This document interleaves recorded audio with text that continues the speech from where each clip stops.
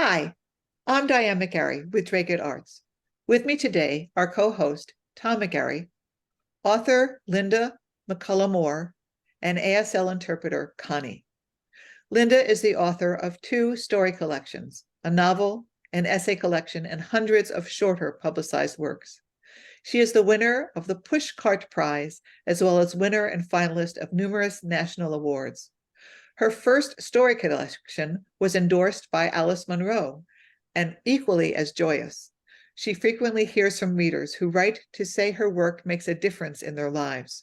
For many years, she has mentored award-winning writers of fiction, poetry, and memoir. She is currently completing a novel, Time Out of Mind. I love that title. And a collection of her poetry, each in search of a good home. Linda, thank you so much for joining us today. Very happy to be here. Thank you. Please tell us, how did you become a writer? I started life as a psychotherapist. Whoa. So after 8 years of training, that was my work. And at the age of 37, I made a conscious decision that that was not going to be my life's work. Oh. And so I was looking around for a new career, and I thought, what do I like to do? I like to read. How can I be paid for reading? I can't. What's very close to reading? Writing. Okay, I'll write. And it was sort of that mechanical. And then I joined a writing workshop, which are very thick on the ground where I live in Western Massachusetts. And that was really instrumental in getting me started. And I think that's a wonderful way for anyone to begin writing, in a workshop where you sit around in somebody's living room and write together and then read aloud what you've just written. It sounds actually like a lot of mentoring programs I've heard about, and a lot of writing classes too, where you have to continually use the skill to hone it. Also, I think there's something that I can't explain about knowing that you're going to be reading to a group of people in 30 minutes that makes you come up with something that you might not come up with sitting home alone. And I've never seen it fail. And I ran those kinds of groups for 28 years myself. Oh, wow. And I never had an instance where someone said, oh, I couldn't write anything. So it's very effective. I've had people say, I wrote something that's very personal. I choose not to read it today. And that's always acceptable. But it really does provoke writing in a great way. So you chose to write because you love to read. What types of things did you like to read? Primarily fiction. And strangely, I began initially writing poetry. Oh, wow. Because in these workshops, we only had half an hour. And it's hard to write a short story in half an hour. But you can do a poem. So I began writing poetry and sending it off and getting it taken. And so I really got hooked on that for a while. And then I thought, what do I read? I should be writing what I read. And so I tried a mystery novel because I was reading a lot of Dorothy Sayers and loved Agatha Christie, and wrote a dreadful mystery novel and decided that wasn't going to be it. And then I sort of backed into it and began writing short stories. So the bulk of my professional life has been writing short stories. And I had always read Alice Monroe. And she has, I don't know, a dozen or more collections of stories, all of which I read at least 6 times. Whoa. And I just, they, there are no words. Obviously, I have no words. They're just wonderful. And they've added so much to my life. And she writes in the middle of one story that someone gets up in the middle of the night. It's 3 a.m. and they wander out into the other room where there's a bookshelf, and they take a book off the shelf. And the person says, I wonder if this writer knows that she saved my life. Oh, wow. And when I wrote a letter to Alice Monroe, I recounted that part of the story, one of her stories, because I think that writing can so profoundly touch you. And I mean, I come by this honestly. At the age of 3, my mother took me to the doctor because I was having very vivid dreams. And the doctor said, hide her books. Oh, She's reading too many books. And my mother says, I got up the next morning and I was like an alcoholic. I said, my my gosh. books, where are my books? And I was just consumed with finding my book. So I think I've had a lifelong love of books and reading. That's interesting. I'm actually not familiar with Alice Monroe. Are you, Tom? No. But it's interesting. Now she won the Nobel Prize for Literature for her short stories. Oh. And she's Canadian, and her stories, and what I most like about them, are very personal. They're largely about relationships, about family matters. They're very personal kinds of stories. They're not stories of international intrigue, but those are the kinds of stories. My son says that he characterizes what I like. He says, you like stories where nothing happens. And I plead guilty. It's I always happening. Something is always happening. That's kind of funny. But I can't recommend Alice Monroe highly enough. She's just a lovely, lovely writer. Interesting. I'm going to have to look her up now, because my husband and I both like to read, but we read different things, which is nice. Actually, I have to tell this story now. When our children were born, my husband came across this article that, actually, you want to finish it, Tom, about how many books you needed in your so it was a very rough guide of the educational level of a household. You can just count the books.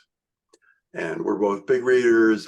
We have lots of books. So I started counting the books. See, behind him, that's like oh, yeah, there's some over there.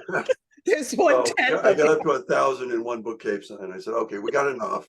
It's not important to count all the books in the house, but we love books. They're all over the house. They're in bookcases and in piles, and the bathroom, the living room, the porch, they're just all over. So we like to read, and we did read extensively to both of our children, using the lap method, where they sit on your lap or they sit next to you and you read to them. So we did that, and I think that's a good way to introduce children to reading and ideas of other places in the world and things that aren't even real, but imagination. Sure. Creativity. And we have a little library out front too, which is oh, nice. I love those. Me too. It's interesting to see what people drop off. Yeah. Very interesting. And which ones get taken and which ones remain forever. Right.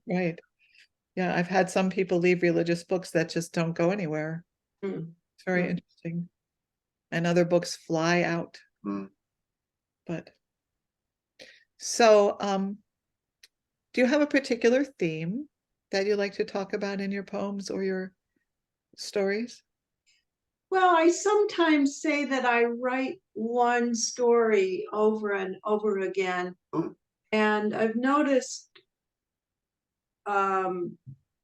lately, it occurred to me that initially, when I first began publishing, I published a novel, and I had through a serendipitous event, published a little memoir piece in House Beautiful.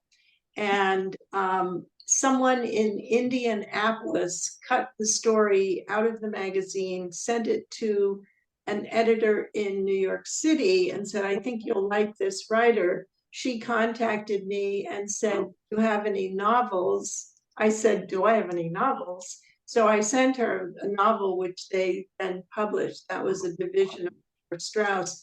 So I thought that's what a writing career was going to be like. Fool I. Obviously, things Right. like that happen once in a lifetime. But you don't just And sit back and wait to be discovered. You yeah, actually do something yeah, else. yeah, yeah. But the one story that I notice I tell frequently, and it appears in 3 subsequent novels that I've written that I have not published, is through a series of, I think, supportable events, there comes to be a household of people who are not related, who end up living together and making their lives together and living as a family. And so I think there must be something subconsciously very interesting to me about the idea of what is family. And the difference between, I'm very intrigued by what's the difference between people in our lives who are family members and those people to whom we are not related. And I think there are such essential differences. And my idea has always been that if you could live with a group of strangers, it would go much better than living with family. So I don't know. So that's one of my themes. But I would say in general, I write about relationships. That's And very often family relationships, and very often sister relationships. Do you have a big family? And do you have many sisters? I have 1 sister and 2 brothers. And then I have 2 children and 2 grandchildren. It's interesting that you describe your family that way, because we just got back from traveling the States, and it was to see my siblings and their children, and then my grandnieces and nephews as well. So, and cousins, once and twice removed. So when people say family these days, I don't know if they're just talking about what we would originally call the nuclear family, or what was originally called extended family. You know, when I grew up, we were all, both my father's side of the family and my mother's side of the family were geographically close together. So our holidays, the big decision was, okay, whose house do we go to when, to see how many people, right?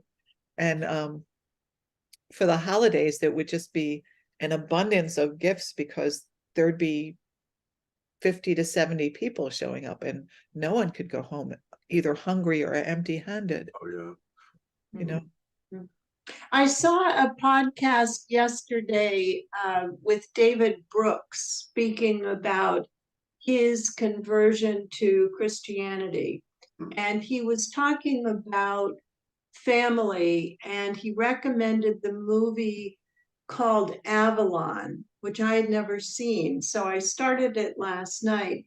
And as he described it, it begins with an extended Jewish family of uncles and cousins and aunts, and so maybe there are 30 or 40 people who show up for every holiday. And then by the middle of the movie, it's a small family eating alone at whatever the holiday might be. And the end of the movie is a man sitting alone in a nursing home. Oh wow. In old age. And so it's sort of tracing that change. And I moved away from my hometown when I was 18 and never came back to stay. My sister lived her life in my hometown. Mm. And I think the contrast of those two life experiences are just so interesting. It is. Because she was surrounded by our parents, by aunts, and certainly I grew up in that environment where all of my relatives were walking distance to my house. Yeah. I live hours away from everyone. I live 10 hours away from my grandchildren. Yeah, it's a very different experience, isn't it? Because when I grew up, everyone was in a 3 to 5 mile radius, pretty much. And that's not my experience. When I moved to Massachusetts, actually after college, none of my family was up here. They were all in a different state. And then my brother ultimately moved where his wife's family was. So you have this huge geography. It's very different. I heard something very interesting about identity, and that is that in this country now, we are called upon frivolously to create an individual identity ourselves. Mhm. Historically, people spoke of their identity in terms of family. You knew who you were, other people knew who you were, you had that family identity. Now there's so much more fragility in identity, and people say, no, you have to affirm this, you have to reinforce my identity because it's such a fragile thing. Because it's in some ways a house of cards. It isn't founded on that community of other people. And I thought that was a really interesting concept. It's almost like when you're part of a family, you just sort of relax into it. I mean, you sort of, for good or bad, you know who you are. Right. Well, you know how you're defined on the outside. Yeah. And when you fit that definition on the inside can be a very different thing. My experience with part of that, not all of it, but with part of that was that I grew up singing and my grandmother was a singer. And when she got sick and died, people would say to me, oh, sing so I can remember her. And I became mute because I felt like they weren't seeing me until I matured enough to come back and say, hey, why don't I give you this gift? I'm going to sing so you can remember your mother, you know, or you can remember your sister. But Yeah. I had to get to a different place inside, you know. I also see it, I've heard of it as a spiritual concept, that the times we are in now, that we were in a tribal time, but we're not in tribalism anymore, that we're in individuality. So we have to find ourselves upright as spiritual beings, which is very interesting, especially with how diversity is being so confronted as a negative thing these days. Whereas really, if we are not tribalists and if we are individuals, embracing that individuality and that diversity is a real strength. I have a young friend in her 20s who posed the question. She said, I'm actively thinking about, should I prioritize living near my family of origin and making my life with them, or should I build a life alone? So actually feeling as though she's at a crossroads and she needs to choose between those two. Oh. And from my vantage, from my old age, I said, go with the family.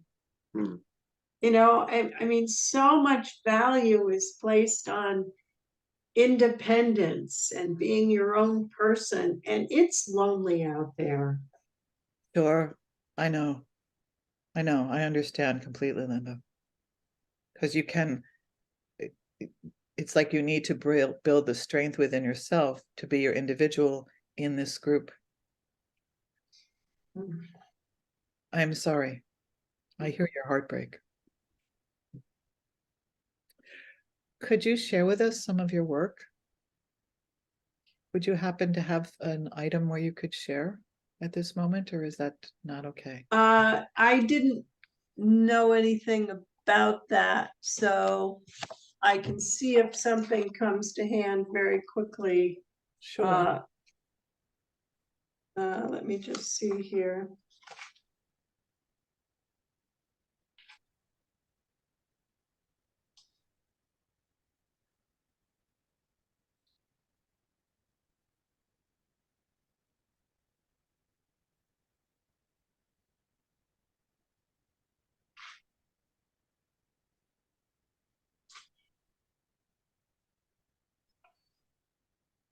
I think it's a hard thing too, because a lot of us get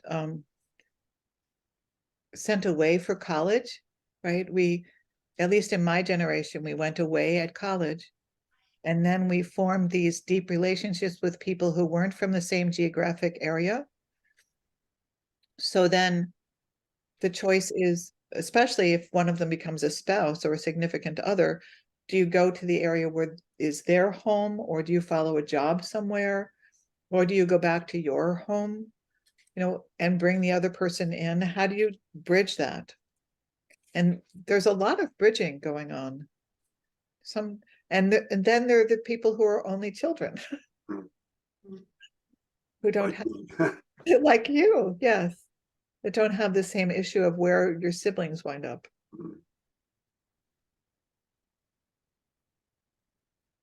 I didn't mean to catch you off guard, Linda. No, I'm not, nothing's coming to hand at the moment that I particularly want to share. But with a little notice, I might have. Okay, sorry. But you will be sharing things on Right, that was my other understanding. Sure. Yeah. Yeah, I was just hoping to give people a little taste, a little tease, but that's okay. That's okay. It's nice to know what you're covering and what your interests are. Well, it's interesting because when I'm evaluating work, whether it's my work or someone else's, I have a very tough standard, which is I open a book at random and I put my finger down on a line blindly and I read that. And I'll do this in bookstores if I'm considering buying a book, and to see if I like the writing. And I remember a story about Annie Dillard, and someone came up to her, a student on campus where she was teaching, and he said, "Should I be a writer?" She didn't know him, she'd never seen him before. And she said, "I don't know, do you like sentences?" And I love sentences. I adore sentences. I will buy a book for a sentence. Another one of my favorite story writers is William Trevor, who is an Irish writer who spent almost all of his life writing in England, so away from home, but stories always about Ireland. I think all of his stories are set in Ireland. And when I was new to him, I was in a bookstore, I opened the book, I put my finger on a line, and the line had the phrase "palely alien." Palely, palely alien. Oh, And I thought anyone who can couple those two words is a writer that I want to read. And he's a master of sentences. And he and Alice Monroe for many decades were my two favorite story writers. And at the level of a sentence, and that's sort of the standard or the draw for me in reading someone, is liking at the level of the sentence. So that what I sometimes do, I will pick up a book that I've written and just open it at random, thinking I will read a sentence to sort of see how it is. And what I find is sometimes I'll look up and a half an hour has passed. Uh-oh. I wasn't aware of it. And I think, yeah, that's okay. That's working, because I didn't intend to read more than a sentence and I got hooked, Huh. So, What a yeah, wonderful, writing's an interesting enterprise. Mm. that's great. I love that idea. What a wonderful thought, and wonderful stories about it as well. Thank you so much for taking the Yes, time thank to you. talk with us today. And please join Drake Arts on September 23rd for our September Arts reading and Q&A with Linda. Tickets are available on Eventbrite. We'd like also to thank our numerous sponsors who are making this program possible. And here they are. Amy Lamb, Shelley Payson, Robin Rubendunst, Susan Belkin, Helen Fremont, Carolyn Scott, Philip Thibault, Lois Welber, Anita Baglianis, Mary Ann Dornice Goldman, Galina Sakis, Anonymous, Diane Song, and the Massachusetts Cultural Council Festival and Project Grant, and grants from the Concord, Drake, North Reading, Westford, and Wilmington Cultural Councils, local agencies which are sponsored by the Massachusetts Cultural Council, a state agency. For more information about our programs or to become a sponsor yourself, email us at drakearts@gmail.com or visit our website, drakearts.com. You can also find our programs on Drake Arts YouTube channel. Go to youtube.com/@DrakeArts. Thank you so much for joining us today.